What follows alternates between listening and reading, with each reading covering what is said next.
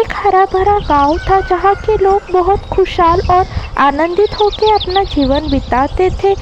लेकिन देखते ही देखते ऐसा सूखा पड़ जाता है कि कई दिनों से गांव में बारिश ही नहीं हो पा रही थी।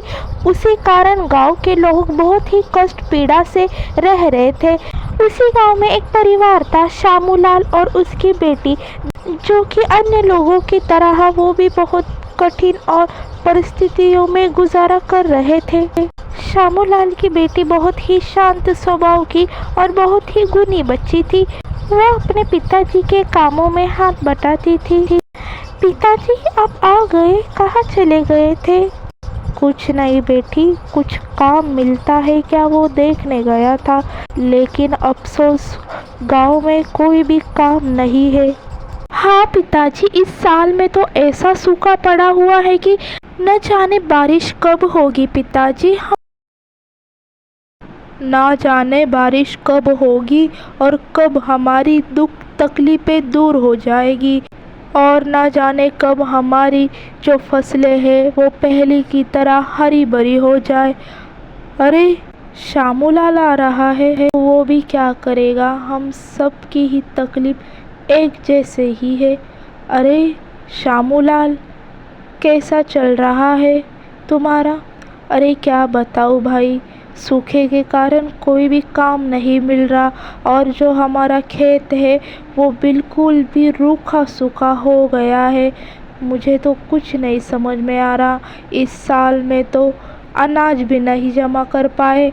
गांव में जहाँ देखो वहाँ एक ही चर्चा हो रही थी कि बारिश न जाने कब होगी। यहाँ पे शामूलाल अपने सूखे ज़मीन पर ही काम करना शुरू कर देता है, क्योंकि उसे खुद पर ही बहुत विश्वास था। इसीलिए वो बहुत ही मेहनत और लगन से सूखी पड़ी ज़मीन पर ही काम करना शुरू कर देता है, और उसकी मेहनत भी रंग लाती है।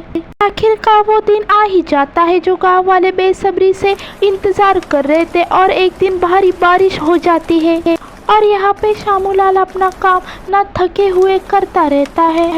सूखे में बारिश हो जाना किसानों के लिए बहुत ही खुशी की बात होती है। वो और भी लगन से खेतों में जुट जाते हैं, और उनकी मेहनत कुछ दिनों के बाद ही दिखाई देने लगती है। शामूलाल का खेत फिर से हरा भरा हो जाता है। वो बहुत ही परिश्रम से काम करता है, और शाम को वो अपने घर चले जाता है। अरे कितना टाइम हो गया है, अभी तक पिताजी घर नहीं आए। अरे पिताजी आ गए। जब से बारिश शुरू होने लगी है पिताजी, आप तो कुछ ध्यान ही नहीं दे पा रहे हो खुद के ऊपर, दिन भर खेतों में ही काम करते हो। हाँ बेटी, जब से बारिश शुरू हो गई है मुझे कुछ भी ख्याल नहीं रहता है। और बेटी, खेतों में काम क्या थोड़ा होता है, इन दिनों में तो बहुत ज़्यादा काम रहता है हम किसानों को, इसीलिए टाइम तो हो ही जाता है। अच्छा पिताजी, चलो अब खाना खा लो।